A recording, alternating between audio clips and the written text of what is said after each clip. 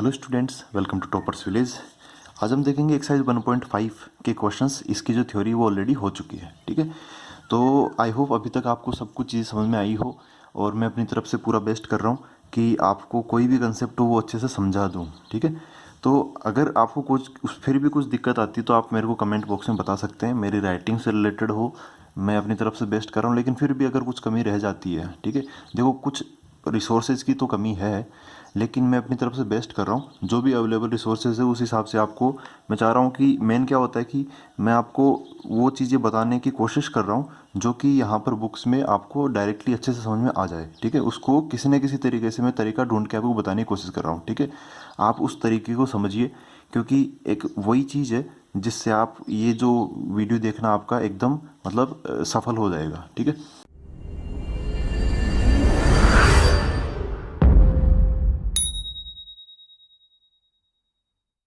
तो अब आते हैं एक्सरसाइज 1.5 का फर्स्ट क्वेश्चन। इसमें देखो, इसके अंदर इस पूरी एक्सरसाइज के अंदर कॉम्प्लीमेंट की बात की गई है। u इक्वल टू, अब u देखो कॉम्प्लीमेंट क्या होता है, यूनिवर्सल सेट में से आप उसके एलिमेंट्स हटा दो जिसका हमें कॉम्प्लीमेंट निकालना है। तो ऐसे इस पूरे क्वेश्चन में, इस पूरी एक्सरसाइज के अंदर आपको पक्का जो यूनिवर्सल सेट है वो मिलेगा ही मिलेगा। तो जैसे फर्स्ट क्वेश्चन है उसके अंदर u दे दिया 1 2 3 4 5 6 7 8 9, ठीक है, 1 to 9 दे दिया। a दे दिया 1 2 3 4, बी दे दिया 2 4 6 8, एंड सी दे दिया 3 4 5 6। ए डैश निकालना, बी डैश निकालना, दिस दिस दिस, ये सब कुछ हमें पता करना है, ठीक है। तो अब मैं इनको लिख लेता हूँ, ठीक है। तो इनको मैंने लिख लिया। अब आते हैं हम पहला जो फर्स्ट पार्ट है उस पर आते हैं। उसमें बोला है ए डैश, ए डैश। तो ए डैश, ए डैश की डेफिनेशन क्या है, यू माइनस ए, ठीक है। सबकी डेफिनेशन यही है, यू माइनस, जिसको भी निकालना वो यहाँ से हम हटा देंगे।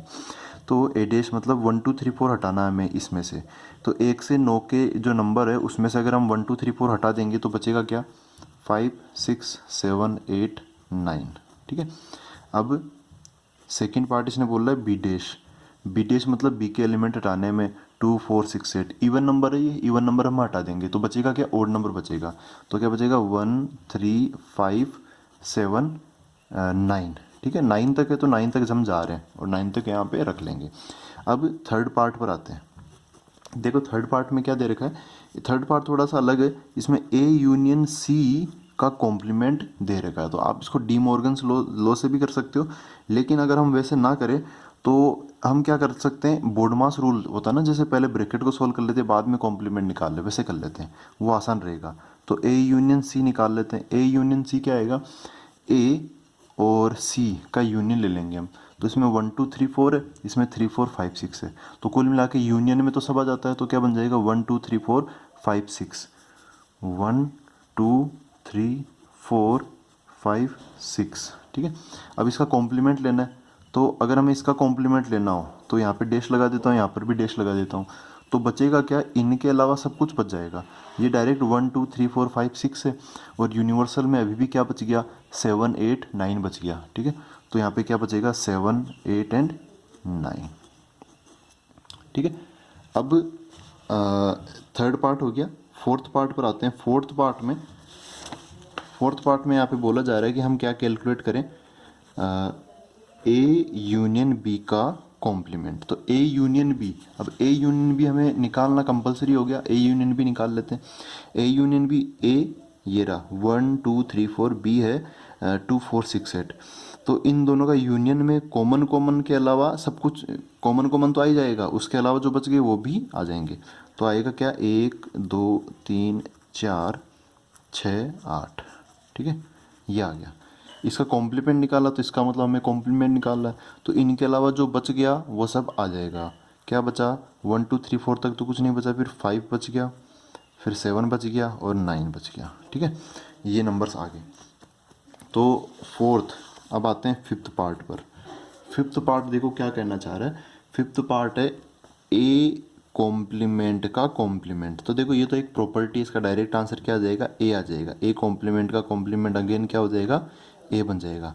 अब इसको अगर हम जैसे यहाँ पे डेटा दे रखा है तो हम डायरेक्ट इसको अब डेटा से करके देख लेते हैं। तो ए डैश, ए डैश मतलब ए कॉम्प्लीमेंट। इसमें ए के अंदर क्या है, 5, ए डैश के अंदर क्या आया, ये तो हमने आंसर निकाल लिया था, 5 6 7 8, ठीक है। 5 7 8 9 9 भी है यहाँ पर। इसका कॉम्प्लीमेंट फिर से निकालेंगे तो 5 6 7 8 का कॉम्प्लीमेंट के अंदर फिर से 1 2 3 4 आ जाएगा, और ये अगेन यही तो हो गया, ठीक है। अब सिक्स्थ पार्ट पर आते हैं। सिक्स्थ पार्ट क्या है, बी माइनस सी का कॉम्प्लीमेंट, ठीक है, बी माइनस सी का कॉम्प्लीमेंट। तो सबसे पहले बोर्ड मास रूल के तहत आप इसको सोल्व करो, ठीक है। बोर्ड मास मतलब यहाँ पे तो वैसे मल्टीप्लिकेशन वगैरह तो है नहीं, लेकिन मैं बोल रहा हूँ क्योंकि अपनी आदत है। तो ये जो ब्रैकेट है इसको सोल्व करो सबसे पहले आप। तो बी माइनस सी निकालो। बी माइनस सी कैसे निकालोगे, देखो ये माइनस है, डिफरेंस वाला है, तो बी में से सी वाला एलिमेंट हटा दो तो हटेगा कौन, 4 6 हट जाएगा, 4 6 4 एंड 6, ठीक है। तो 4 6 हट जाएगा तो बचेगा क्या, 2,8 बचेगा। अब 2,8 ये ब्रैकेट सोल्व कर लिया, अब इसका कॉम्प्लीमेंट हमें ढूंढना है, ठीक है, स्टेप बाय स्टेप। तो यहाँ पर क्या बचेगा, 2 8 के अलावा सब कुछ आ जाएगा। तो अलावा कौन है, 1 2 2 नहीं आएगा, सॉरी 1 3 4 5 6 7 8 नहीं आएगा, 9 आ जाएगा, ठीक है। तो ये हो गया इसका सिक्स्थ वाले का आंसर, ठीक है। अब हम सेकंड क्वेश्चन पर आते हैं। सेकंड क्वेश्चन क्या कहना चाह रहा है, यू दे रखा A B C D E F G H, find complements of the following sets. A B C का कॉम्प्लीमेंट, तो ये तो बहुत आसान हो गया। यू दे रखा, हम डायरेक्ट करते हैं अब इसको, ठीक है, मैं इनको लिखूंगा नहीं, अब डायरेक्ट करते हैं। तो यू क्या दे रखा है, A B C D E F G H, A से लेकर एच तक सब सारे चीज़ें आ गई। ए दे रखा है ए बी सी, तो ए डैश, ए का कॉम्प्लीमेंट निकालना है अब हमें। तो ए बी सी हटा दो इस यूनिवर्सल में से, बचा कौन, D E F G H, ठीक है। तो जो सेकंड क्वेश्चन है उसका जो फर्स्ट पार्ट है, तो ए डैश क्या बच जाएगा, ए बी सी हटाने के बाद बचेगा D E F G H, ठीक है। अच्छा, मैं एक चीज़ आपको कहना चाहता हूँ, जैसे मेरे को तो क्या है कि बुक्स थोड़ी इधर उधर ले जानी पड़ती है, तो आप जैसे कोई सा भी वीडियो देखो ना, तो एनसीईआरटी और जो नोटबुक है वो हमेशा अपने साथ रखो, ताकि वीडियो का आपको मतलब मैक्सिमम टू मैक्सिमम आपको फ़ायदा मिल सके। अब बी इक्वल टू क्या है, डी ई एफ जी है। देखो डी ई एफ जी का कॉम्प्लीमेंट निकालने के लिए इनको हटा के जो कुछ भी बच गया वो सब आ जाएगा, ठीक है, इनके अलावा सब कुछ आ जाएगा, डी ई एफ जी। तो डी ई एफ जी हटाने के बाद में इधर तो बच गया ए बी सी, इधर बच गया एच, ठीक है। तो क्या बच गया इस बार, बी डैश का आंसर क्या आया, ए बी सी, और लास्ट में एच बच गया। फिर थर्ड पार्ट पे आते हैं। थर्ड पार्ट क्या है, ए सी ई जी, ए सी ई जी है, तो ए हट गया, सी हट गया, ई हट गया, जी हट गया, तो ऐसा एक छोड़ के एक हट गया, तो बाकी बचे हुए आ जाएंगे, बी डी एफ जी आ जाएगा, sorry B D F H आ जाएगा। C dash equal to B D F H. Fourth part में क्या है, एफ जी एच ए। तो थोड़ा ऑर्डर उलट पुलट दे रखा है, लेकिन आपको ध्यान में रखना है कि एक को यहाँ से एक के अलावा हमें सोचना है, क्योंकि ए भी यहाँ पे आ गया, इनको छोड़ के बाकी सब कुछ आ जाएगा। तो ए नहीं आएगा, बी सी डी ई आ जाएगा, एफ जी एच नहीं आएगा क्योंकि एफ जी एच इसमें आ गया। तो बी सी डी ई, तो डी डैश में क्या आ गया, बी सी डी ई, ठीक है, आसान है सब कुछ। थर्ड पार्ट पे आते हैं, थर्ड क्वेश्चन पे आते हैं। Taking the set of natural numbers as universal set. देखो कॉम्प्लीमेंट का क्वेश्चन है, इसलिए यहाँ पे यूनिवर्सल सेट देंगे ही देंगे, ठीक है, कहीं नहीं जाएंगे वो। यूनिवर्सल सेट किसको मानना है हमें, नेचुरल नंबर्स को। Write down the complements of the following sets, और इनका हमें कॉम्प्लीमेंट बताना है। इसके बहुत सारे पार्ट्स हैं, तो करते हैं फटाफट। तो जो यूनिवर्सल सेट है वो कौन है इस बार, नेचुरल नंबर। नेचुरल नंबर बोले तो 1 2 3 ऐसे करते करते इन्फिनाइट टाइम्स ये चलता रहेगा। फर्स्ट पार्ट पर आते हैं। देखो फर्स्ट पार्ट है, x is N even natural number. तो इवन नेचुरल नंबर आप यहाँ से हटा दो, ठीक है। इस फर्स्ट पार्ट को मैं ए नाम दे देता हूँ। तो ए के अंदर तो क्या है, इवन नेचुरल नंबर, मतलब 2 आ गया, 4 आ गया, इवन नंबर आने चाहिए। तो 2 4 6 8 ऐसे सब आ जाएंगे, ठीक है। नेचुरल नंबर है तो पॉजिटिव आने चाहिए। अब जैसे कोई बोले कि जीरो, हाँ भाई जीरो नेचुरल नंबर होता है, लेकिन सॉरी जीरो इवन नंबर होता है लेकिन नेचुरल नहीं होता। तो ए डैश क्या आएगा, यहाँ पे क्या बचेगा, 1 बच जाएगा। फिर ना 2 4 6 8 ये इवन नंबर्स के अलावा कुछ सब कुछ आ जाएगा। तो बचे कौन, ऑड नंबर। तो 1 3 5 7 ये नंबर, ये हो गया पहले का कॉम्प्लीमेंट। ठीक है, सेकंड पार्ट में बोलने चाह रहे हैं वो कि x is an odd natural number, तो b, मैं डायरेक्ट बी डैश लिखता हूँ। ठीक है, आप सब लोग एनसीईआरटी रखिए साथ में, ताकि हम एक साथ मतलब एक साथ टैली कर सकें उनको। ठीक है, तो बी के अंदर बोलना चाह रहा है कि X is an odd natural number, तो ओड नेचुरल नंबर छोड़ के, अब उसका कॉम्प्लीमेंट निकालना ना, तो उसको छोड़ के बाकी सब आ जाएगा। तो ओड के अलावा क्या बचेगा, ये रहा मेन चीज़। आप इस कौन के, हाँ ये रहा मेन चीज़, आप इसको देखते चलो। ठीक है, इसमें से ओड नेचुरल नंबर हटा दो तो क्या बच गया, 2 4 6 8 इवन नंबर बच जाएंगे। फिर थर्ड पार्ट में क्या है, इसको सी नाम दे देता हूँ, तो हमें सी डैश निकालना है। सी क्या है, x is a positive multiple of 3। तो यहाँ पर क्या लिखूंगा मैं, 3 के जो मल्टीपल है वो सी के अंदर है, सी डैश निकालना है, तो 3 के मल्टीपल को हटा के बाकी सब कुछ आ जाएगा। तो 3 के मल्टीपल मतलब 3 की टेबल वाले 3 6 9 वो हटा दो, तो क्या बचेगा 1 2, फिर 3 हट गया, 4 5 6 हट गया, 7 8 ऐसे बच जाएगा। ठीक है, अब देखो आंसर कैसा भी हो सकता है, ये हो गया, आप ऐसे भी लिख सकते हो, ऐसे ज़रूरी नहीं है कि आप रोस्टर फॉर्म में लिखो, आप इसको सेट बिल्डर में भी लिख सकते हो। कैसे, एक्स सच देट यहाँ पे ऐसे लिख दो, x belongs to natural number. ठीक है, लेकिन x can't be equal to 3n, और n belongs to natural number, ऐसे भी आप लिख सकते हो। तो C dash is the set of all values of x such that x की वैल्यू क्या है, नेचुरल नंबर है, मतलब 1 2 3 4 5 कुछ भी आ सकता है, लेकिन x वो नहीं आएगा जो कि 3 की टेबल वाला होगा। तो आप इस तरीके से भी लिख सकते हो। अब आते हैं फोर्थ पार्ट पे। फोर्थ पार्ट क्या कह रहा है, x is a prime number, तो डी मतलब समझो कि प्राइम नंबर है, तो प्राइम नंबर के अलावा सब कुछ आ जाएगा। तो देखो 1 2 3 4 5 6 इन सब में से प्राइम नंबर हटा दो, तो 2 और 3 हट जाएगा, अच्छा 1 तो आ ही जाएगा। 1 एक स्पेशल नंबर होता है जिसको हम ना तो प्राइम की कैटेगरी में रखते हैं और ना ही कॉम्पोजिट की कैटेगरी में रखते हैं। तो 2 और 3 हट गया, फिर क्या आ जाएगा, अगला 4 आ जाएगा। 5 प्राइम नंबर होता है, तो वो 5 नहीं आएगा, 6 आ जाएगा, 7 नहीं आएगा, 7 प्राइम होता है। ठीक है, डैश में डैश निकाल रहा हूँ यहाँ पर। ठीक है, मैं डायरेक्ट कॉम्प्लीमेंट निकाल रहा हूँ। फिर 8 आ जाएगा, 9 आ जाएगा, 10 आ जाएगा, 12 आ जाएगा, मैं सारे के सारे कॉम्पोजिट नंबर यहाँ पर आते रहेंगे। फिफ्थ पार्ट क्या कह रहा है, x is a natural number divisible by 3 and 5।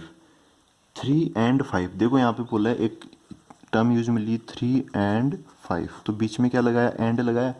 And लगाने का मतलब दोनों से डिविजिबल है, दोनों से डिविजिबल है मतलब 3 से भी 5 से भी, इसका मतलब 15 से डिविजिबल है। ठीक है, 15 से डिविजिबल है, तो 15 को छोड़ के, तो 15 के मल्टीपल से, 15 की टेबल वाले उनको छोड़ के बाकी सब कुछ आ जाएगा। तो इसको मैं ई नाम दे देता हूँ, तो ई डैश बनेगा इस बार। 1 2 3 ऐसे करते करते 14 तक जाएगा, और 14 के बाद 15 नहीं आएगा, क्या आएगा, डायरेक्ट 16 आएगा। फिर 17 ऐसे करते करते फिर 29 तक जाएगा। फिर 29 के बाद 30 आएगा ना, जो 15 का डिविजिबल होता है, 15 से डिविजिबल होता है, तो वो नहीं आएगा, डायरेक्ट 31 आएगा। ठीक है, उनको हटा के ऐसे बनता चला जाएगा। फिर से देखो, अब इसमें सबसे पहला एलिमेंट जो हमने हटाया वो भी 15 था, बहुत दूर था ना, तो उसको आप उसमें भी लिख सकते हो सेट बिल्डर फॉर्म में। कैसे, X such that X belongs to, natural number तो आने ही है, लेकिन वो वाले नेचुरल नंबर नहीं आएंगे, इज नॉट इक्वल टू जो कि 15 के क्या है, मल्टीपल है। ठीक है, और N belongs to N natural number. ठीक है, इसका मतलब क्या है कि एन की वैल्यू हम 1 2 3 4 लेते रहेंगे, यहाँ डालते रहेंगे, तो एक्स की वैल्यू जो जो यहाँ पे आएगी वो हम हटाते रहेंगे, क्योंकि यहाँ पे क्या है, नॉट इक्वल टू है। ऐसे लिखने का ये तरीके हैं ये सारे के सारे। सिक्स्थ पार्ट है, x is a perfect square, तो कहाँ तक हो गया, हमने ई तक हो गया ना, अब एफ पर आते हैं। तो एफ डैश, एफ तो है जो उसमें बोला है वो, एफ डैश है, डायरेक्ट हम आंसर लिख रहे हैं। तो परफेक्ट स्क्वायर, तो यहाँ पर क्या आएगा, 1, देखो 1 एक परफेक्ट स्क्वायर है, तो 1 को छोड़ दो, फिर 2 आ जाएगा। 1 किसका स्क्वायर है, 1 का स्क्वायर है। 2 आ जाएगा, 3 आ जाएगा, फिर 2 का स्क्वायर क्या होता है, 4, तो 4 नहीं लेना है हमें, तो 4 नहीं आएगा। फिर 5 आ जाएगा, 6 आ जाएगा, 7 आ जाएगा, 8 9, 9 एक परफेक्ट स्क्वायर होता है किसका, 3 का, तो उसको हमें नहीं लेना, क्वेश्चन में उसका नाम है, लेकिन हमें क्या करना है, उसका कॉम्प्लीमेंट निकालना, तो उनको छोड़ के बाकी सब आ जाएगा, 10 आ जाएगा ऐसे। इसको भी आप सेट बिल्डर में लिख सकते हो। 7th पार्ट एफ जी, तो जी डैश लगा लेता हूँ मैं। देखो जी के अंदर क्या बोल रहा है कि एक्स, ऐसे ऐसे लिखा हुआ है, X such X plus 5 equal to 8, है ना, ऐसे लिखा हुआ है। तो इसको अगर हम सोल्व करेंगे तो एक्स इक्वल टू 5 उधर चला गया तो 3 बच गया यहाँ पे, ठीक है। तो ये जो सेट दे रखा है जी, उसके अंदर एक एलिमेंट है 3, तो 3 को छोड़ के बाकी सब कुछ आ जाएगा। तो मैं क्या लिखूँगा, एक्स, अच्छा सेट बिल्डर में भी लिख सकते हो, रोस्टर में भी लिख सकते हो। तो पहले सेट बिल्डर में लिख देता हूँ X such that X is not equal to 3 and X belongs to natural number, ऐसे भी आप लिख सकते हो। मतलब 3 को छोड़ दो, बाकी सारे नेचुरल नंबर आप ले लो। और वैसे अगर रोस्टर में लिखना हो तो क्या आएगा, 1 2 3 नहीं आएगा, फिर 4 5 6 7 8 ऐसे बन जाएगा, ठीक है। अब अगला 8th पार्ट में, अच्छा 7th यहाँ पर भी अपने थोड़ा आगे पीछे हो गया।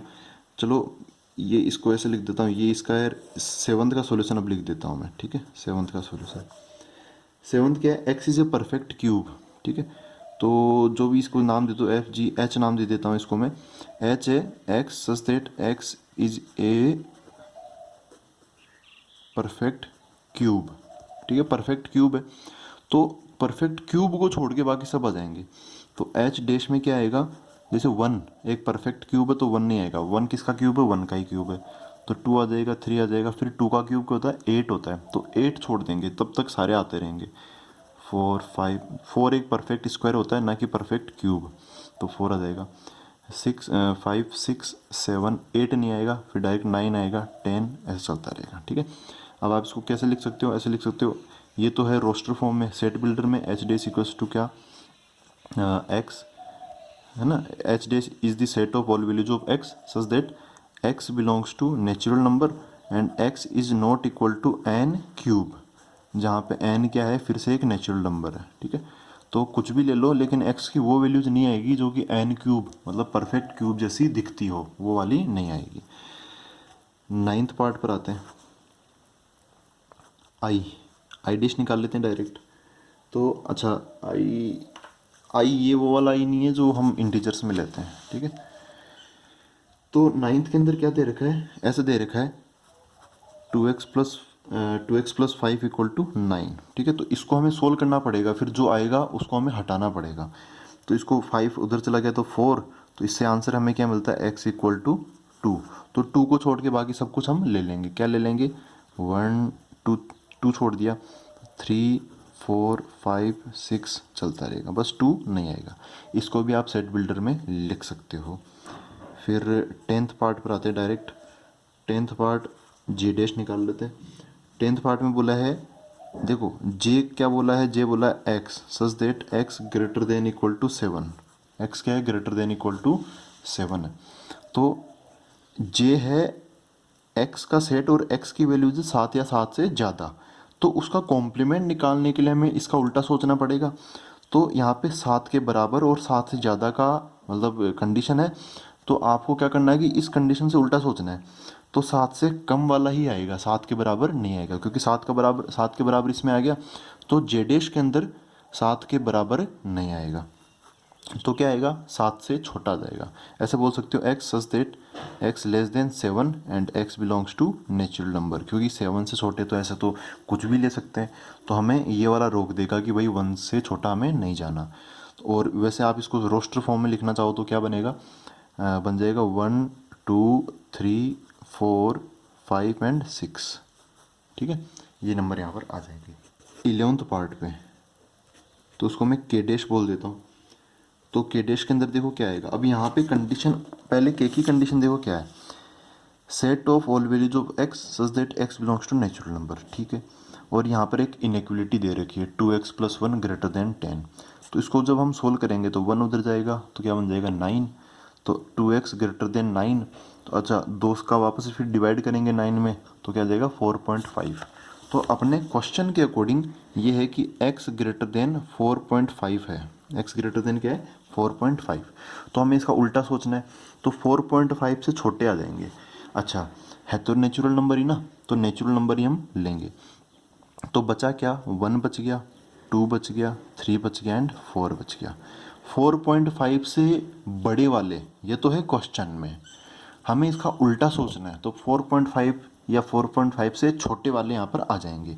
ठीक है, आएंगे कौन, यूनिवर्सल सेट में से आएंगे। यूनिवर्सल सेट कौन है, 1 2 3 4 5 इस ऐसे करते करते हैं। ठीक है, तो उसमें 1 2 3 4 ही बचेगा। अब कोई बोल सकता है भाई इसका उल्टा सोचना है, 4.5 से छोटा तो जीरो क्यों नहीं आया।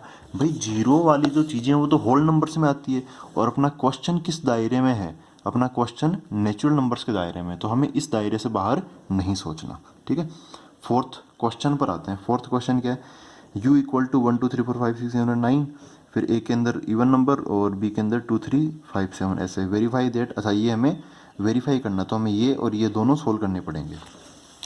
तो फोर्थ क्वेश्चन,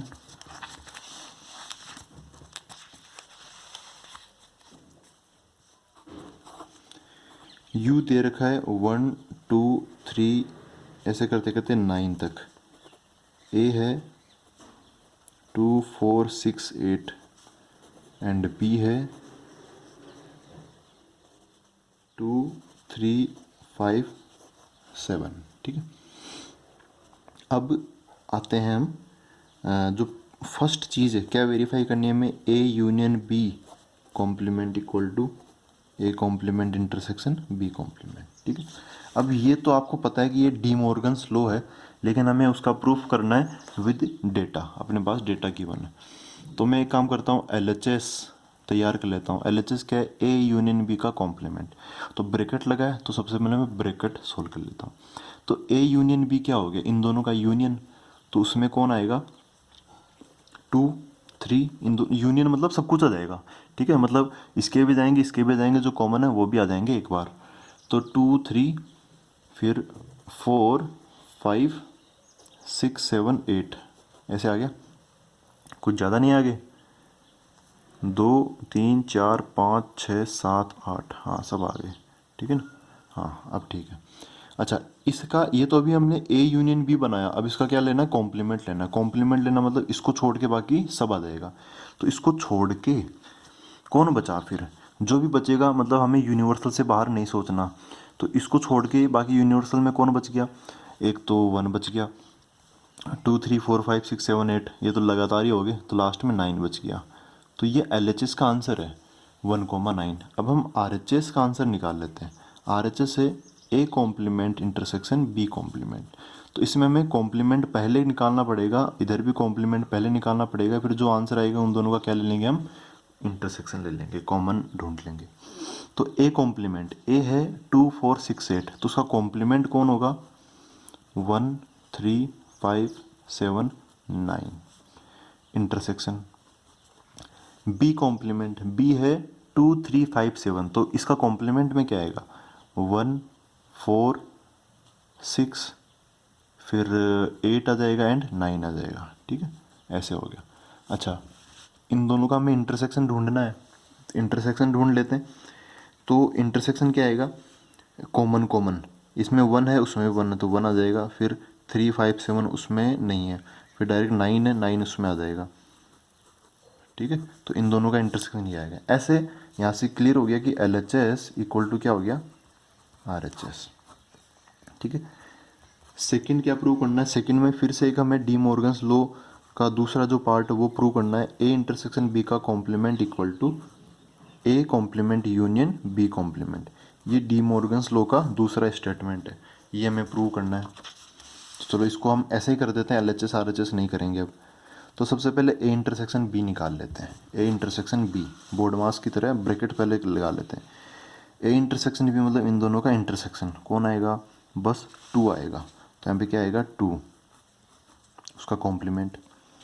अच्छा, ए कॉम्प्लीमेंट कौन है, इसके अलावा सब कुछ, तो 2 4 6 8 के अलावा क्या आएगा, यहाँ पे लिखा है ये ए कॉम्प्लीमेंट है, ये बी कॉम्प्लीमेंट है, ये लिख लेता हूँ। लेकिन इस ये इंटरसेक्शन था और यहाँ पे यूनियन है, 1 3 5 7 9 यूनियन 1 4 6 8 9। अच्छा, 2 के कॉम्प्लीमेंट में कौन आएगा, 2 को छोड़ के सब आ जाएगा, सब मतलब यूनिवर्सल वाले सब आ जाएंगे। ठीक है, यूनिवर्सल से बाहर नहीं जाना। 1 2 छोड़ दो, 3 4 5 6 7 8 9 ऐसे आ गया। अच्छा इन दोनों का यूनियन तो 1 आ जाएगा। 2 2 किसी में भी नहीं है तो 2 नहीं आएगा, ठीक है। जो किसी में नहीं होता वो तो यूनियन में नहीं आ सकता। फिर 3 4 5 6 7 8 9 9 9 9 दोनों में, तो बाकी सब आ जाएंगे 3 4 5 6, क्योंकि बीच में यूनियन है ना इसलिए 7 8 9। आप ध्यान से देखो ये दोनों सेट क्या है, सेम है। तो यहाँ से ये हो गया अपना फोर्थ क्वेश्चन हो गया। अब नेक्स्ट क्वेश्चन पर आते हैं। फिफ्थ क्वेश्चन एक्सरसाइज 1.5 का। अब इसमें बोला है कि ड्रॉ वेन डायग्राम। जो फर्स्ट पार्ट है वो है ए यूनियन बी का कॉम्प्लीमेंट, ठीक है। तो हम क्या करेंगे, इसको भी मतलब टुकड़ों टुकड़ों में करके सोल्व करते चलेंगे, ठीक है। जैसे आप समझिए इतने पार्ट्स हम बार बार नहीं करेंगे। ए ये है और बी ये है, ये ए है और ये बी है। तो सबसे पहले मैं ए यूनियन बी बना लेता हूँ, क्योंकि यहाँ पे क्या है ब्रैकेट है ना, तो सबसे पहले मैं ब्रैकेट वाले का डायग्राम बना लेता हूँ, बाद में कॉम्प्लीमेंट। तो ए यूनियन बी के अंदर क्या आ जाएगा, ये ए और बी के सब आ जाएंगे, ठीक है। तो ऐसा बन गया ए यूनियन बी का। अब हमें इस पर कॉम्प्लीमेंट का इंतजाम करना है, तो ये ए और ये बी। अब हमें क्या बनाना है, ए यूनियन बी का कॉम्प्लीमेंट बनाना है। तो कॉम्प्लीमेंट में क्या होता है कि जो हमने पहले बनाया उसको छोड़ के बाकी सब कुछ बनाना है, तो उसको नहीं बनाना। तो क्या होगा कि सब कुछ मतलब इसके बाहर बाहर का सब कुछ आ जाएगा। तो ये इसका डायग्राम बना, ठीक है। तो फर्स्ट का जो डायग्राम है वो ऐसा बनेगा। अब सेकंड पर आते हैं। सेकंड देखो क्या है, ए डैश इंटरसेक्शन बी डैश, ए डैश इंटरसेक्शन बी डैश है। तो इसमें मैं क्या ऐसे करना चाहूँगा, सबसे पहले इसमें देखो प्लान बना लेते हैं। सबसे पहले पहले मैं ए डैश का बनाऊँगा और इधर मैं बनाऊँगा बी डैश का। फिर दोनों का क्या ले लेंगे, इंटरसेक्शन, और इंटरसेक्शन लेंगे फिर एक साथ किसका बन जाएगा, ए डैश इंटरसेक्शन बी डैश का बन जाएगा, ठीक है। हम ऐसे करेंगे, ये प्लान है अपना। तो अब ए डैश का कैसे बनाऊँ, तो हमेशा आपको ये दो गोले तो बनाने ही बनाने हैं, ऐसे ऐसे ऐसे फिर ऐसे, ठीक है। अब ए डैश ये पहला वाला ए है, दूसरा वाला बी है, पहला वाला ए दूसरा वाला बी, ए बी ऐसे। ए डैश मतलब ए के बाहर का, तो पहले वाले गोले के बाहर ऐसे सब कुछ आ जाएगा, लेकिन इसके अंदर नहीं घुसना हमें, यहाँ तक आ जाएगा, इसके ये कॉमन वाले पोर्शन में भी नहीं जाना, ठीक है। ये ए डैश का बन गया। अब बी डैश मतलब इस बी वाले गोले के बाहर, बाहर मतलब स्ट्रिक्टली बाहर, कहीं भी नहीं जाना। बी डैश का बनाते वक्त आपको ए का ध्यान नहीं रखना, और ए डैश का बनाते वक्त आप बी का ध्यान नहीं रखना, ठीक है। तो ये दो चीज़ें हमने बना ली। अब हमें क्या करना है कि इन दोनों का क्या लेना है, इंटरसेक्शन लेना, तब अपना जाके क्वेश्चन हो जाएगा कंप्लीट। इंटरसेक्शन लेना है इन दोनों डायग्राम का। तो इंटरसेक्शन मतलब आप ऐसे भी समझ सकते हो कि इस डायग्राम को उठा के मैं इस पर रखूँ तो वहाँ वो वाला एरिया आ जाएगा जहाँ पर दोनों क्या है, शेडेड है। इंटरसेक्शन मतलब कॉमन, जहाँ पे दोनों का हमने ऐसे शेड कर रखा है वो वाला पोर्शन आ जाएगा, और जहाँ पर किसी की भी कमी रह जाती है वो वाला बिल्कुल भी नहीं आएगा, ठीक है। एक तरीका तो वो है, लेकिन उठा के यहाँ पे रखना पॉसिबल नहीं है। तो मैं क्या करता हूँ, टुकड़ों टुकड़ों में सोच लेता हूँ। इस डायग्राम के कितने टुकड़े हैं, 4 टुकड़े हैं। बाहर वाला, फिर ये वाला, फिर दोनों के कॉमन वाला, और फिर ये वाला, ठीक है। 4 टुकड़े हैं। तो आप देखो कि बाहर वाला शेडेड है कि नहीं है दोनों में। भाई इसमें भी बाहर वाला शेडेड है और इसमें भी बाहर वाला शेडेड है, तो बाहर वाला क्या आ जाएगा, कॉमन है दोनों में, तो बाहर वाला तो हमें शेड करना ही करना है, कर दिया। अब आगे क्या वो, अब इस पार्ट पे आते हैं, ये वाला पार्ट क्या दोनों में शेडेड है, और अगर दोनों में शेडेड है तब इसमें भी हम शेड कर देंगे। क्यों, क्योंकि हम कॉमन ढूंढ रहे हैं, कॉमन मतलब जो दोनों में हो।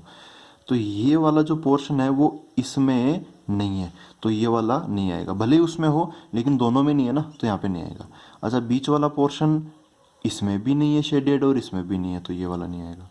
अच्छा ये इधर वाला पोर्शन, ये बी वाला, ये वाला पोर्शन वो इसमें तो है लेकिन इसमें नहीं है, तो ये नहीं आएगा। बस इतना सा डायग्राम बचेगा, ठीक है।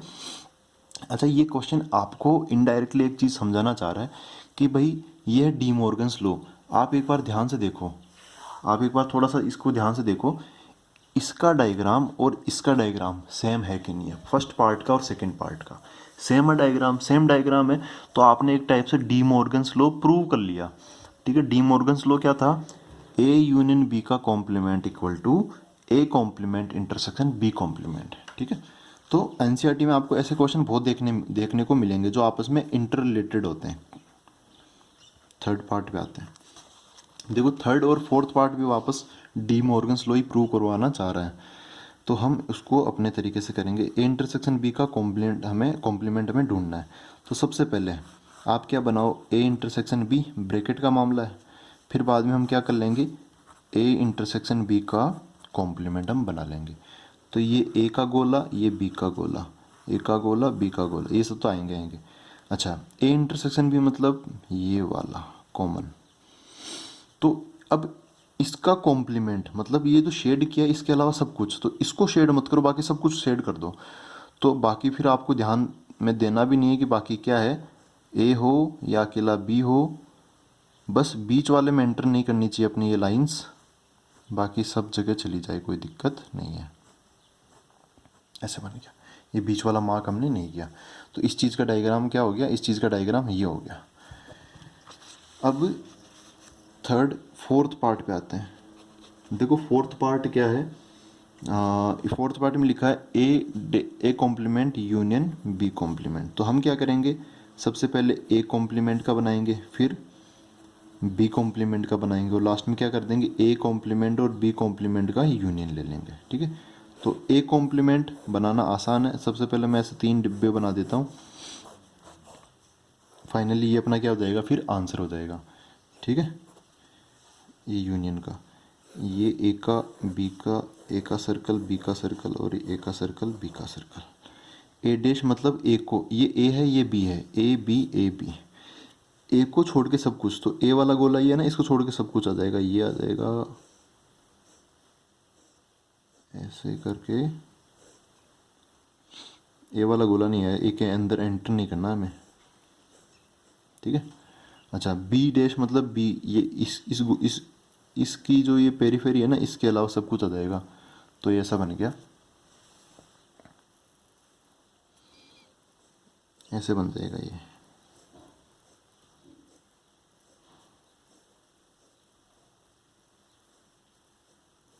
ठीक है, अगर आपको स्लो लग रहा हो ना तो आप इसको 1.25 या फिर 1.5 या 2x पे देख सकते हो ना, मतलब फटाफट स्पीड बढ़ा के उससे आपका टाइम भी बच जाएगा और समझ में भी आ जाएगा। अच्छा, अभी क्या करना है, हमें यूनियन लेना है, यूनियन इन दोनों का क्या लेना है, हमें यूनियन लेना है। इसका मतलब क्या करना है हमें, कि जो पोर्शन इसमें हो या इसमें हो, कहीं पर भी आ गया ना एक बार, वो यूनियन में आता ही आता है। चलो फिर से हम इसके 4 टुकड़े कर लेते हैं। बाहर वाला पोर्शन, अब देखो इस बार यूनियन है, इंटरसेक्शन नहीं है, तो आपको यूनियन के नज़रिए से सोल्व करना है इसको। तो बाहर वाला पोर्शन इसमें आ गया, बस आ गया, दूसरे वाले को देखना भी नहीं है, बाहर वाला पोर्शन आ गया। अच्छा, यहाँ वाला पोर्शन, ये समझ रहे हो ना, ये ओनली ये वाला पार्ट कहाँ है, इसमें तो नहीं है, लेकिन इसमें आ गया, तो ये भी आ गया, हो गया काम इसका भी।